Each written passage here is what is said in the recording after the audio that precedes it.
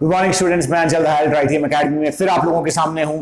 जिस तरीके से पिछले कुछ दिनों से आप लोग हमें सपोर्ट कर रहे हैं उसके लिए थैंक्स। हमारे सब्सक्राइबर बहुत तेजी से बढ़ते जा रहे हैं और शायद हम नेक्स्ट मंथ के एंड तक 1000 क्रॉस कर जाएंगे और आप लोगों के सामने अपने आप को लाइव पेश कर पाएंगे। Thank you for your support. आगे भी ऐसे ही सपोर्ट करते रहिए। अभी भी रास्ता बहुत बाकी है तो आपके सपोर्ट की अभी भी उतनी ही जरूरत है। ज्यादा बकवास ना करते हुए हमारे मुद्दे पर चलते हैं। कल तक के लेक्चर्स में हम लोग इलेक्ट्रिक फील्ड को कवर कर चुके थे, तो जिन लोगों ने मेरे पहले के वीडियोस नहीं देखे हैं प्लीज ये वीडियो डायरेक्ट मत देखना, वरना कोई काम का नहीं है। इससे पहले जो मेरे पहले के लेक्चर्स हैं उनको देखते आइएगा, तभी ये वीडियो आपको समझ में आएगा। इससे जो जस्ट पिछले वाला लेक्चर था इलेक्ट्रिक फील्ड वाला, उसका लिंक मैंने डिस्क्रिप्शन में दे दिया है और ऊपर आई बटन पे क्लिक करके भी आप वहां जा सकते हैं। तो ज्यादा वेस्ट ना करते हुए हम लोग इलेक्ट्रिक फील्ड से आगे चलते हैं। बच्चों, कल हम लोगों ने इलेक्ट्रिक फील्ड के बारे में बात कर ली थी कि इलेक्ट्रिक फील्ड की वैल्यू क्या होती है। अच्छी तरह आप लोगों को याद होगा कि इलेक्ट्रिक फील्ड का फॉर्मूला था KQ/R²। हमने उसकी यूनिट देख ली थी, उसकी डायमेंशन देख ली थी। अब आज हम आगे की तरफ देखते हैं कि हम इलेक्ट्रिक फील्ड के बारे में आगे क्या क्या देखेंगे। अब आज हम बात करेंगे इलेक्ट्रिक फील्ड की डायरेक्शन के बारे में कि इलेक्ट्रिक फील्ड की डायरेक्शन क्या होती है। उससे पहले एक फॉर्मूला, जिसके ऊपर कुछ एक फॉर्मूले हम देखेंगे जिन पे न्यूमेरिकल भी बनते हैं। तो इलेक्ट्रिक फील्ड की डायरेक्शन तक जाने से पहले हम लोग शुरुआत करते हैं हमारी बेसिक चीज। मैं आपको एक चीज समझाने वाला हूं जिसको हम बोलते हैं टेस्ट चार्ज। अब ये टेस्ट चार्ज क्या है? पहली बात मैं आप लोगों को बिल्कुल साफ तौर पे क्लियर कर देना चाहता हूं कि आपके बोर्ड एग्जाम्स में या कंपटीशन एग्जाम्स में कभी भी टेस्ट चार्ज पे क्वेश्चन नहीं आता। कोई आपसे नहीं पूछेगा कि टेस्ट चार्ज क्या होता है, कभी नहीं पूछ सकते। लेकिन टेस्ट चार्ज के बारे में अगर थोड़ा सा नॉलेज है तो उससे ये होता है कि हमें न्यूमेरिकल्स करने में आसानी रहती है। देखेंगे क्या होता है। बेटा, टेस्ट चार्ज को डिनोट किया जाता है Q0, और जैसा इसके नाम से पता चल रहा है कि प्रैक्टिकल टेस्ट करने के, ये टेस्ट करने के लिए काम, प्रैक्टिकल भी नहीं कहूंगा, ये टेस्ट करने के लिए काम में लिया था। किसको टेस्ट करने के लिए काम में लिया जाता है? किसी भी पॉइंट पर यदि हमें इलेक्ट्रिक फील्ड निकालनी हो तो हमें टेस्ट चार्ज की मदद लेनी। देखेंगे, मैं पहले इसको आपको यहां समझाता हूं, बाद में हम बोर्ड पे। मान लीजिए किसी पॉइंट पर मैंने टेस्ट चार्ज रखा हुआ है Q0। क्या रखा हुआ है? टेस्ट चार्ज रखा हुआ है Q0। अगर इस पॉइंट पे मुझे इलेक्ट्रिक फील्ड की वैल्यू चाहिए तो हम पहले कैलकुलेट करेंगे कि इस पॉइंट पे, इस टेस्ट चार्ज पे फोर्स कितनी लग रही है। हम क्या कैलकुलेट करेंगे कि इस पॉइंट पे, इस टेस्ट चार्ज पे कितनी फोर्स लग रही है, और इस पर लगने वाली फोर्स को इसी के मैग्नीट्यूड से डिवाइड कर दिया जाएगा, तो हमें इस पॉइंट की इलेक्ट्रिक फील्ड मिल जाएगी। देखते हैं कैसे। पहली चीज, मान लीजिए यहां पर एक चार्ज रखा हुआ है कैपिटल Q। हमने यहां पर एक चार्ज रखा हुआ है कैपिटल Q। बेटा, इस पॉइंट पे जहां मैं बिंदी लगा रहा हूं मार्कर से, इस पॉइंट पे हमें इलेक्ट्रिक फील्ड कैलकुलेट करनी है, और ये पॉइंट इस कैपिटल Q से R डिस्टेंस पे है। तो आप कहेंगे कि सर इसका डायरेक्ट फॉर्मूला हमने देख लिया था, क्या था? KQ/R²। ये फॉर्मूला था इस पॉइंट पे इलेक्ट्रिक फील्ड का, है ना। अब टेस्ट चार्ज की मदद से वो इलेक्ट्रिक फील्ड कैसे कैलकुलेट की जाती है? टेस्ट चार्ज के लिए क्या करते हैं कि ये कहा जाता है कि टेस्ट चार्ज को यहां छोड़ दो। टेस्ट चार्ज को हमने यहां छोड़ दिया। अब बेटा मुझे ये बताओ, इस पे फोर्स कितनी लग रही है? इस Q0 चार्ज पे कितनी फोर्स लग रही है इस कैपिटल Q के कारण? फॉर्मूला कूलाम का सब लोग जानते हैं। इस पे जो फोर्स लग रही है वो लग रही है K capital Q into Q0/R²। Books के अंदर जो इलेक्ट्रिक, और जब मैंने अभी तुमको बताया कि इलेक्ट्रिक फील्ड का फॉर्मूला दिया जाता है जब हम इसी फोर्स को इसी चार्ज, इस टेस्ट चार्ज के मैग्नीट्यूड से डिवाइड कर देते हैं। इस F0 को Q0 से डिवाइड करोगे तो क्या बचेगा बेटा? KQ/R²। KQ/R² तो आ गई ना आपकी इलेक्ट्रिक फील्ड। तो इस तरीके से टेस्ट चार्ज की मदद से इलेक्ट्रिक फील्ड निकाली जाती है। अब आप लोग कहोगे कि सर इसकी जरूरत क्या थी? डायरेक्ट फॉर्मूला भी तो काम में ले सकते हैं। बिल्कुल काम में ले सकते हैं, इसकी कोई जरूरत नहीं थी। लेकिन इसकी जरूरत कहां आती है हमें? इसकी जरूरत आएगी आगे, जब हम लोग देखेंगे कि टेस्ट चार्ज की मदद से हम लोग कैसे इलेक्ट्रिक फील्ड लाइंस को स्ट्रेच करते हैं। ठीक है, अभी के लिए आप लोग ये समझ लिए टेस्ट चार्ज हम किस तरीके से यूज लेते हैं। अब टेस्ट चार्ज के बारे में कुछ बेसिक प्रॉपर्टीज जो मैं यहां समझा रहा हूं, ठीक है, ध्यान से सुनेंगे। टेस्ट चार्ज की पहली property, it is always positive. Test charge Q0 हमेशा कैसा होता है? पॉजिटिव नेचर का होता है। अब दूसरी प्रॉपर्टी आपको बहुत बड़े कंफ्यूजन में डालने वाली है, क्योंकि यहां मैं अपनी ही बात का उल्टा बोलने वाला हूं। क्या बोलने वाला हूं देखते हैं।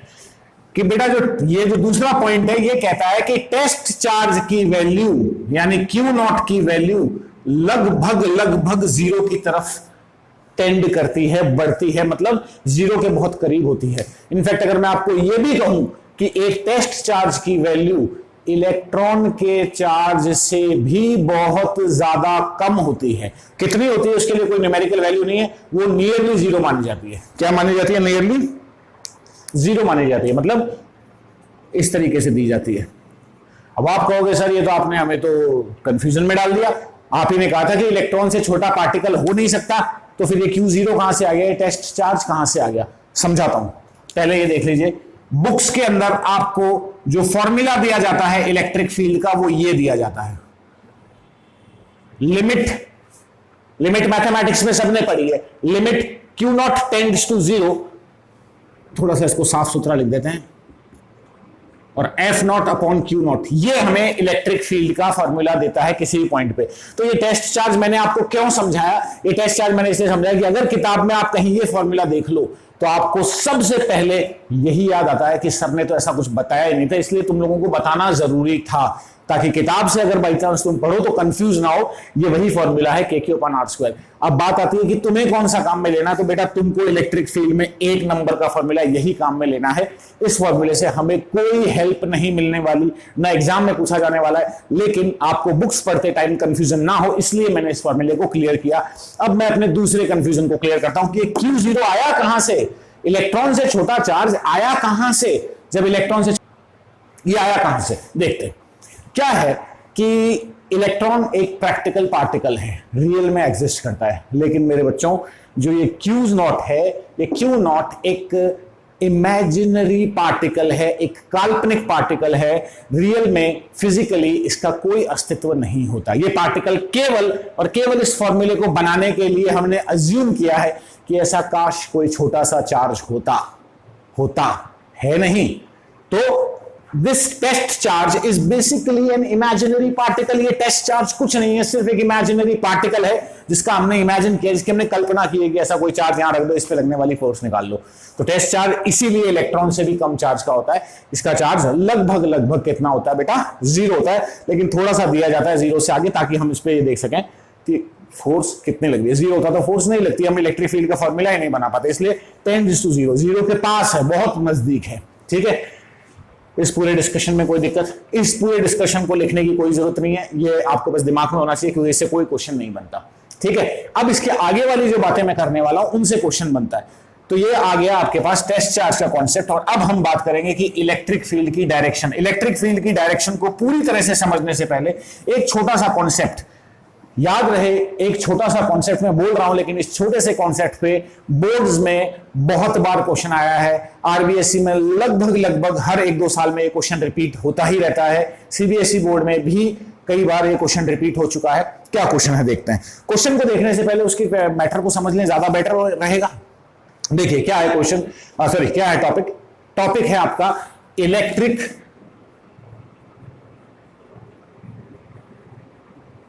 field lines.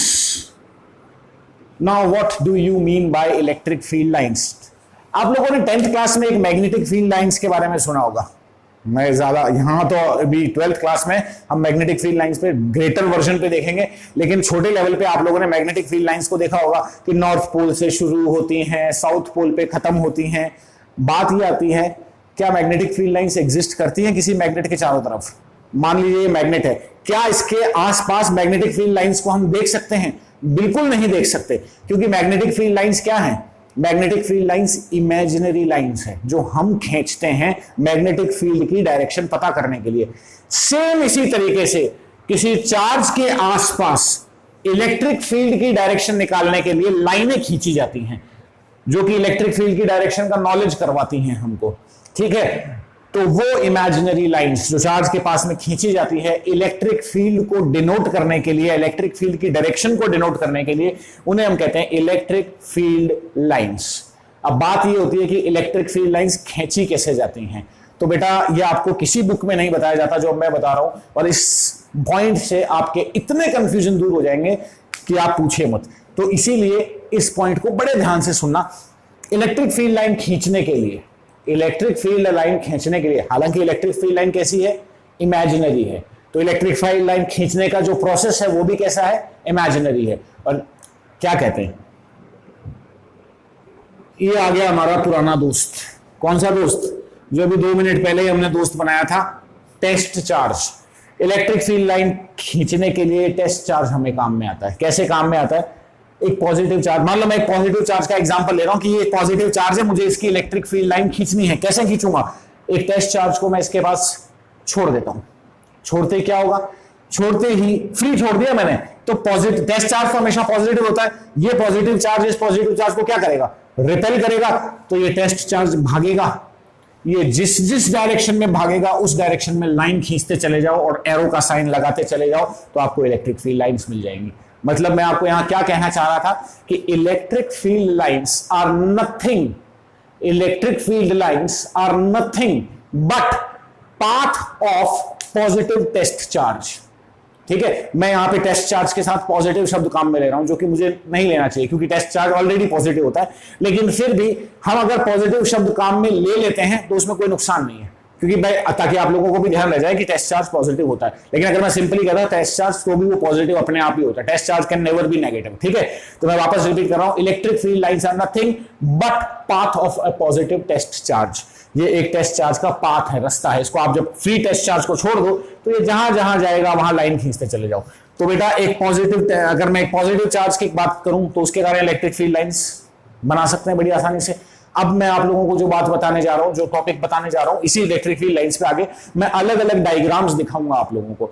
वो अलग अलग डायग्राम्स एग्जाम में राजस्थान बोर्ड और सीबीएसई बोर्ड में बहुत बार पूछे गए हैं। क्या पूछे जाते हैं, सीधा आपको बोल देंगे कि एक पॉजिटिव चार्ज के लिए इलेक्ट्रिक फील्ड लाइंस डायग्रामेटिकली बना के दिखाओ, या एक नेगेटिव चार्ज के लिए इलेक्ट्रिक फील्ड लाइंस डायग्रामेटिकली बना के बताओ, या ये कह देंगे एक पॉजिटिव और नेगेटिव चार्ज पास पास पड़ा है, इस सिस्टम के लिए इलेक्ट्रिक फील्ड लाइंस बना के दिखाओ, या ये कह देंगे एक पॉजिटिव और एक पॉजिटिव चार्ज पास पास पड़ा है, इस सिस्टम के लिए इलेक्ट्रिक फील्ड लाइंस बना के दिखाओ। तो ऐसे जितने पॉसिबल सिस्टम्स हैं, जितने पॉसिबल डायग्राम्स हैं, मैं सारे आप लोगों के साथ डिस्कस कर रहा हूं, ध्यान से समझेंगे। देखिए, सबसे पहला डायग्राम आता है या सबसे पहला पॉइंट आता है, मैं इलेक्ट्रिक फील्ड लाइंस को शॉर्ट फॉर्म में लिख रहा हूं EFL। EFL का मतलब क्या है, electric field lines for a positive charge कहते हैं। लेकिन क्या होता है, पॉजिटिव चार्ज सबको पता रहेगा, एग्जाम में इस क्वेश्चन को किस तरीके से दिया जाता है, कई बार, हर बार नहीं, कई बार एग्जाम में क्वेश्चन दिया जाता है कि sketch electric field lines for Q greater than 0। इसका मतलब क्या है बेटा, 0 से बड़ा मतलब Q चार्ज कैसा है, पॉजिटिव, 0 से बड़ी वैल्यू पॉजिटिव होती है। ठीक है, तो इस लाइन का मतलब भी ये है कि एक पॉजिटिव चार्ज के लिए इलेक्ट्रिक फील्ड लाइन बना के दिखाइए। एग्जाम में आपके पास, बोर्ड एग्जाम में आपके पास क्वेश्चन इस तरीके से भी आ जाता है कि sketch lines for a positive charge, sketch electric field lines for a positive charge, और कई बार एग्जाम में इस तरीके से क्वेश्चन आया, sketch electric field lines for Q greater than 0। बच्चे कंफ्यूज होते हैं, यार ये Q ग्रेटर देन 0 क्या है, तो Q ग्रेटर देन 0 कुछ भी नहीं है, ये पॉजिटिव चार्ज है। ठीक है, तो बेटा पॉजिटिव चार्ज के कारण इलेक्ट्रिक फील्ड लाइंस कैसी होंगी देखेंगे। पॉजिटिव चार्ज के पास अगर मैं टेस्ट चार्ज पर रखूंगा तो टेस्ट चार्ज भी पॉजिटिव, उससे दूर भागेगा, तो इलेक्ट्रिक फील्ड लाइंस भी इससे दूर भागेंगी।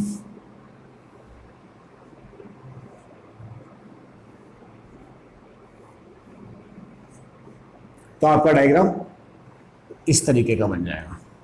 ठीक है, अगर यही चार्ज नेगेटिव होता, यानी electric field lines for Q smaller than 0, exam में ये क्वेश्चन आया है, 0 से छोटी वैल्यू है तो कैसी होगी बच्चों, नेगेटिव ही होगी।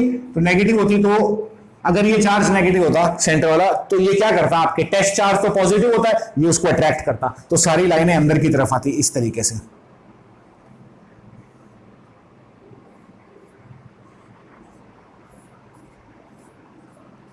इस तरीके का डायग्राम बनाना है आपको। ठीक है, एग्जाम में ये नहीं पूछे जाते। अब आप कहोगे सर आप तो पागल बना रहे हो, आपने अभी तो कहा था पूछे जाते हैं। एग्जाम में इसके बाद वाले डायग्राम ज्यादा पूछे जाते हैं क्योंकि ये तो बहुत सिंपल है। ठीक है, इसके बाद वाले भी सिंपल है, लेकिन नहीं समझ में आए तो सिंपल नहीं है। इसका बाद वाला डायग्राम देखते हैं। इसके बाद वाला जो डायग्राम है तीसरे नंबर पे, वो क्या कहता है, तीसरे नंबर पे हम लोग अभी तक यहां तो हम लोग सिंगल सिंगल चार्ज के डायग्राम बना रहे हैं। इसके बाद हम सिस्टम ऑफ चार्जेस के डायग्राम पे काम करेंगे। सिस्टम ऑफ चार्जेस मतलब जिसमें दो चार्ज एक साथ हैं। अब बेटा दो चार्ज एक साथ हैं तो दोनों एक जैसे भी हो सकते हैं और दोनों अलग अलग भी हो सकते हैं, मतलब दोनों पॉजिटिव भी हो सकते हैं, दोनों नेगेटिव भी हो सकते हैं, एक पॉजिटिव एक नेगेटिव भी हो सकता है। तो देखेंगे एग्जाम में इस पे क्वेश्चन कैसा आएगा। दो चार्ज हैं तो मैं एक को नाम दे दूं Q1 और एक को नाम दे दूं Q2। तो इस पे एग्जाम में सिंबलिक तौर पे इस तरह का क्वेश्चन आता है, sketch electric field lines for a system of charges Q1 and Q2 such that, ये देखते हैं ये क्या है इसका मतलब, Q1 multiplied by Q2 is greater than 0। यानी कि अगर मैं ऐसे दो चार्जेस के लिए लाइन खींच रहा हूं यहां पे, जहां पे Q1 और Q2 को यदि मैं मल्टीप्लाई करता हूं तो मुझे आंसर 0 से बड़ा मिलता है, यानी पॉजिटिव मिलता है। बेटा अगर आपके पास दो पॉजिटिव नंबर्स हैं, मैं दोनों को मल्टीप्लाई करता हूं तो मुझे आंसर कैसा मिलेगा, पॉजिटिव मिलेगा। दोनों नेगेटिव नंबर्स हैं उनको मल्टीप्लाई करता हूं तो मुझे आंसर कैसा मिलेगा, negative multiplied by negative, positive मिलेगा। दोनों ही केसेस में हमारा जो आंसर होगा, ठीक है। तो कहने का ये मतलब है अगर ऐसी लाइन आ जाए, sketch electric field lines for Q1 Q2 greater than 0, तो इसका मतलब दोनों चार्जेस एक ही प्रजाति के हैं, एक ही टाइप के हैं, या तो दोनों पॉजिटिव हैं और या दोनों नेगेटिव हैं। अगर इस तरह का आपके पास लिखा हुआ आ जाता है तो उसमें चाहे पॉजिटिव वाला डायग्राम बना तो नेगेटिव दोनों डायग्राम एक जैसे हैं। जैसे ये दोनों डायग्राम एक जैसे तो हैं, बस एरोस का डिफरेंस है, तो उन दोनों डायग्राम्स में केवल एरोस का डिफरेंस होगा। वो डायग्राम कैसे दिखेंगे देख लेते हैं। बेटा पहले दोनों पॉजिटिव चार्ज ले लो, जैसे मैंने मान लो दोनों पॉजिटिव चार्ज ले लिए, तो positive charge repels positive charge, positive charge को रिपेल करता है। तो बेटा इनकी इलेक्ट्रिक फील्ड लाइंस बेसिकली क्या है, वो फोर्स को तो दिखा रही हैं। तो इलेक्ट्रिक फील्ड लाइंस किस तरीके की बनेंगी, इसकी इस तरह से दूर भाग जाएंगी, मुड़ जाएंगी।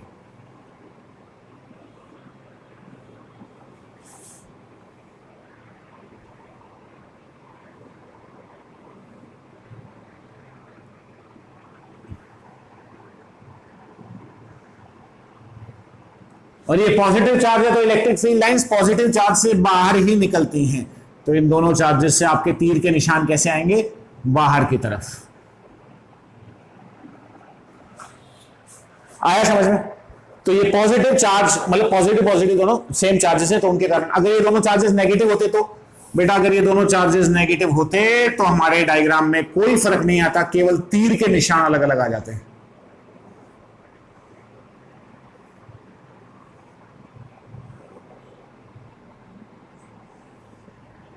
कई बार क्या मेरा डायग्राम इतना अच्छा नहीं है बोर्ड का, बस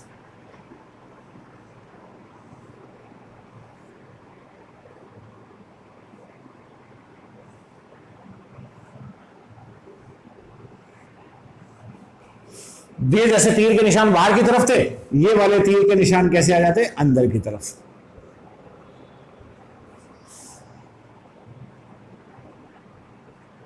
क्योंकि नेगेटिव चार्ज अट्रैक्ट करता है, ठीक है। कोई डाउट। अब बात आती है कि अगर चौथा जो लास्ट केस है हमारा, उस पर चलते हैं। चौथा केस क्या कहता है, चौथा कहता है electric field lines for Q1 Q2 smaller than 0। यानी कि दो चार्जेस हैं Q1 Q2, दोनों को मल्टीप्लाई कर रहे हैं तो जो आंसर मिल रहा है वो 0 से छोटा, यानी कैसा मिल रहा है, नेगेटिव मिल रहा है। तो बेटा इसका मतलब Q1 और Q2 दोनों ऑपोजिट पोलैरिटी के हैं। दो नंबर्स को मल्टीप्लाई करने पर नेगेटिव आंसर तभी आ सकता है जब एक प्लस का है और एक माइनस का है, और कोई तरीका नहीं, ठीक है। तो यहां पे आपका एक चार्ज तो पॉजिटिव है, एक चार्ज नेगेटिव है। एक पॉजिटिव और एक चार्ज नेगेटिव जब दोनों को एक साथ रखा जाता है पास पास में, तो इस सिस्टम को इलेक्ट्रिक डाइपोल भी कहा जाता है, क्योंकि इसमें दो पोल्स हो गए प्लस माइनस। अब तुम में से कई बोलेंगे कि सर दो पोल तो यहां भी है प्लस प्लस, लेकिन दोनों एक जैसे है ना, तो इसीलिए इसे हम क्या कहेंगे, डाइपोल, क्योंकि दोनों पोल्स डिफरेंट है। Electric dipole. तो एग्जाम में क्वेश्चन ऐसा आ सकता है, draw electric field lines for Q1 Q2 smaller than 0, और draw electric field lines for electric dipole, है ना। कोई डाउट यहां तक। तो कैसा डायग्राम बनेगा बेटा, पॉजिटिव और नेगेटिव एक दूसरे को क्या करते हैं, अट्रैक्ट करते हैं। इलेक्ट्रिक फील्ड लाइन पॉजिटिव से निकलेगी और नेगेटिव पे जाके खत्म हो जाएगी। ठीक है, तो आपको बस डायग्राम कुछ ऐसा बन जाएगा।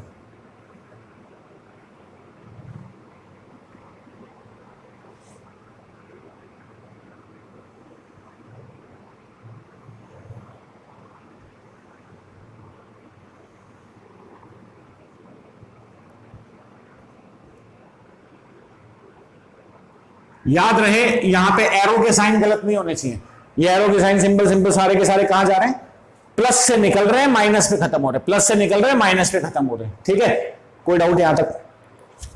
तो ये सारे डायग्राम में से कोई सा भी डायग्राम एग्जाम में कई बार पूछ लिया जाता है।